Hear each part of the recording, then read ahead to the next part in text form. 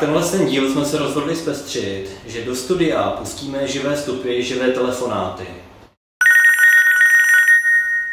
Dobrý den, Jendo. Tady je Vív. Já bych se rád zeptal na to, zdali je vůbec někdy v budoucnu možné překonat rychlost světla. Děkuji.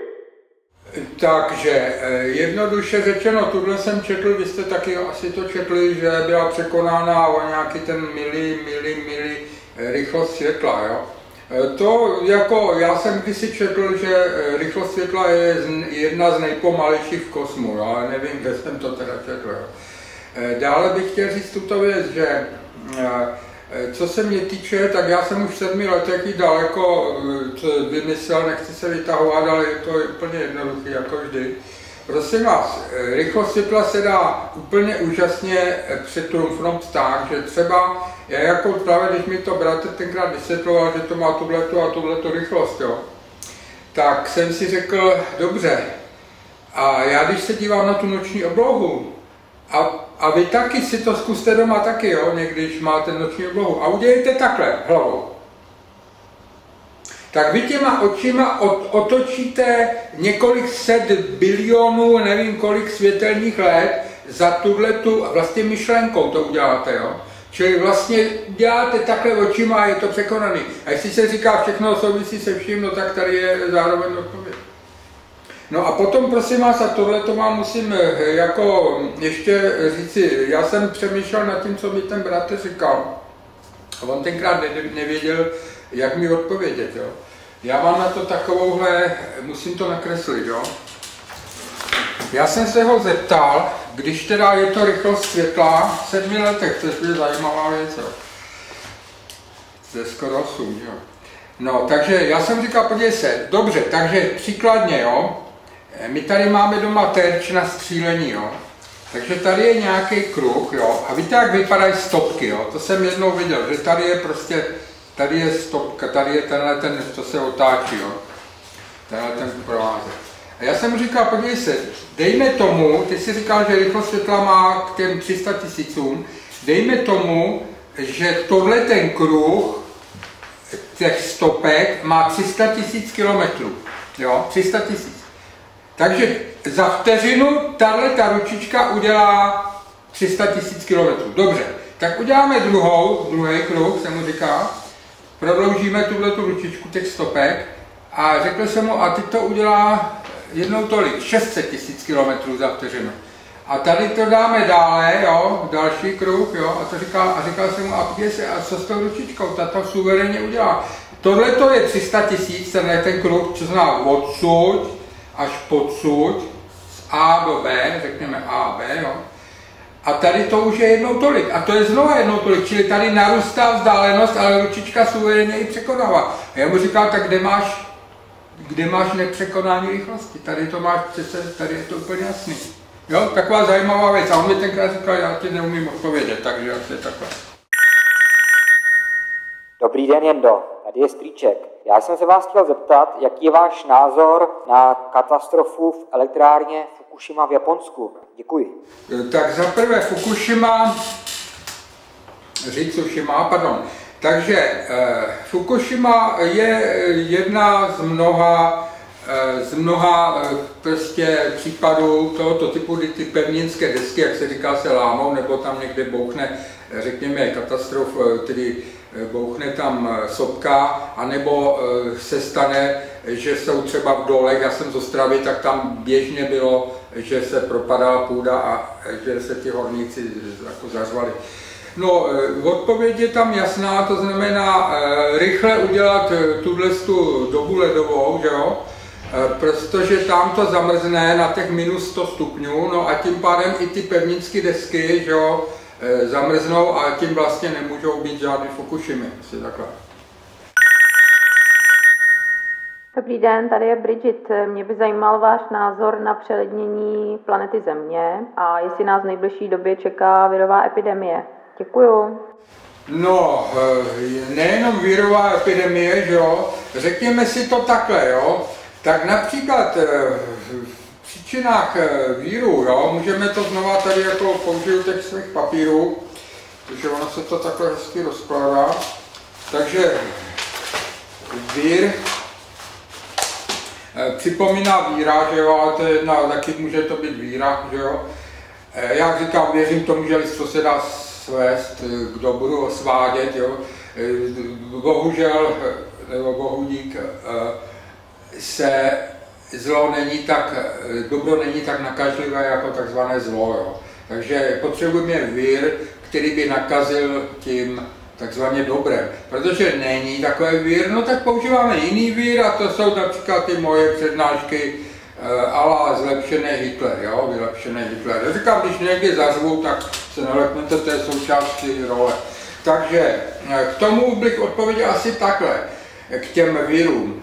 Protože když se třeba objevily názory, proč třeba se objevil AIDS, jo, i když jsem četl někde, že už AIDS byl dávno, jo, že tam našli už, já nevím, před staletíma nebo někde, nevím, kdo to vyhrabal. Ale faktem je, že dneska se to teda ve velkým, ten vír AIDSu se jede ve velkým, jo.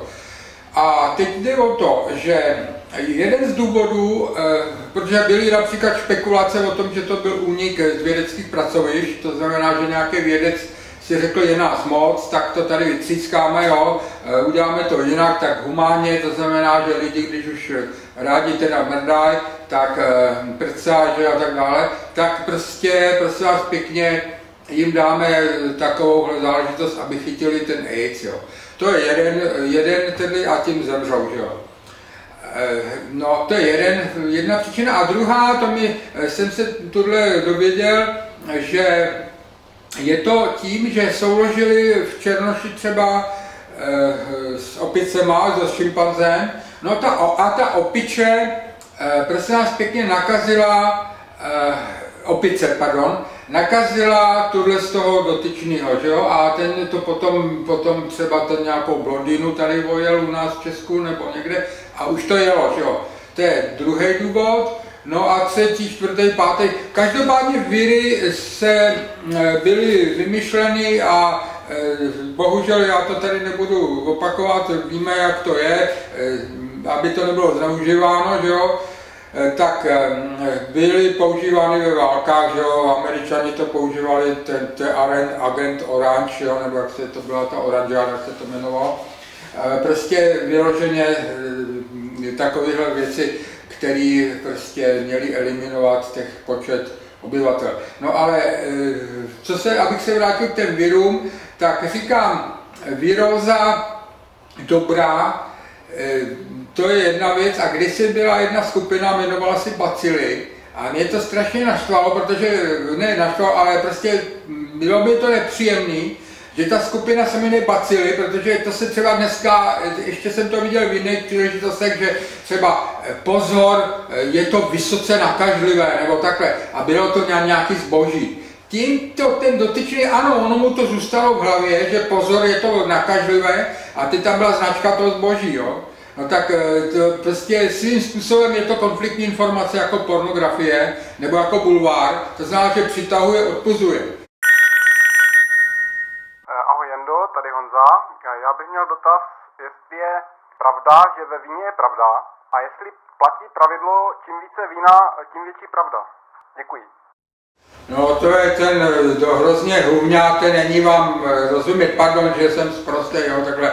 Prosím vás, s tím hůvňáním, jedná se o to, že když si představím třeba, Hitlera jak hůvňá, jo, tak já nevím, jestli teda ty jeho proslovy by byly tak jako úderný, jo. Víte, jo,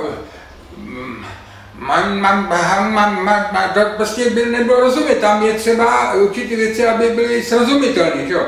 Takže já jsem chtěl navázat na tuhle záležitost, že v minulý přednášce jsem záměrně se takzvaně přivožral, vážené lidstvo, abyste viděli, když je člověk přivožralý, tak jako mu není pořádně rozumět. Já jsem se teda snažil, aby mi tam rozumět bylo, jo. A můžu přiznat, že to nebylo víno, že to byla jako tato flaška, protože já zásadně piju tohohle středu, tedy jako toho hodného Hitlera, takže piju tohohle Führera, jo.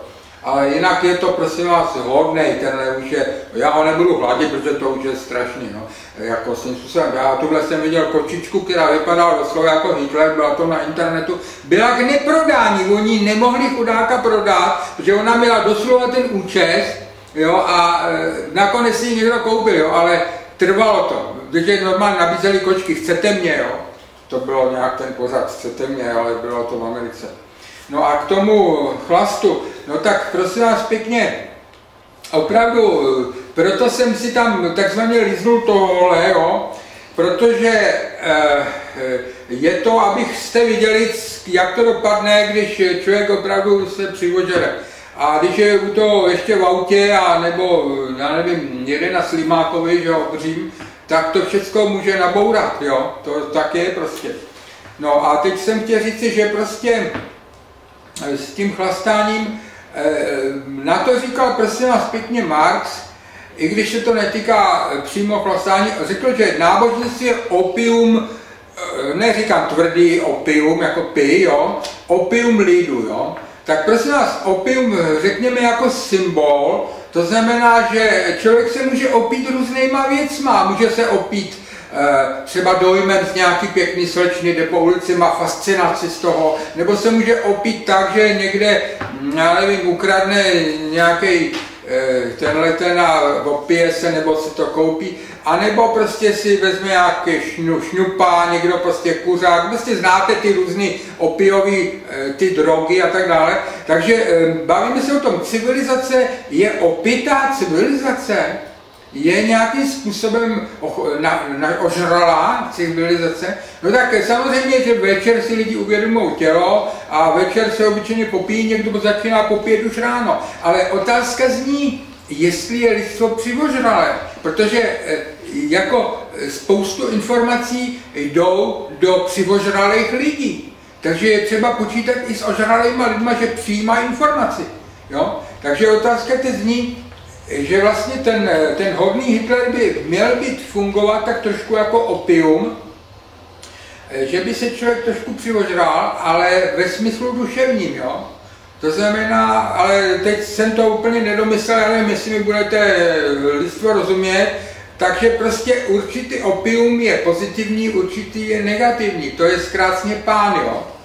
Že můžeme někoho zblbnout, třeba herec vás natchne nějakou svoji roli, jaký prostě zahraje, úžasně, že jo. Ale pak ho potkáte venku a máte mu chuť dát přes hubu, jak to bylo dokonalý.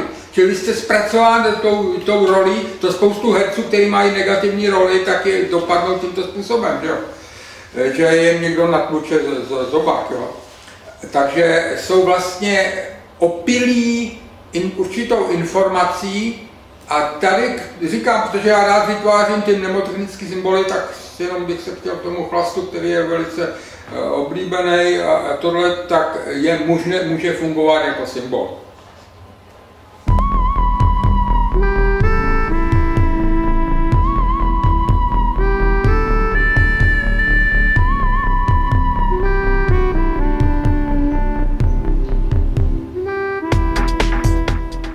No a nebo jste jasně viděli, že když člověk se ožere, tak vůbec už to, co říká, není, co vůbec to, jako by nic neřekl, jo, jako by mlčel. Takže to je taky jako symbol, že jo, jako když člověk takhle čumí do blba. Maminka mi vždycky říkala, když jsem takhle se začumil, tak takhle mě udělala, že čumím do blba, jo, to jí to vadilo, že jo.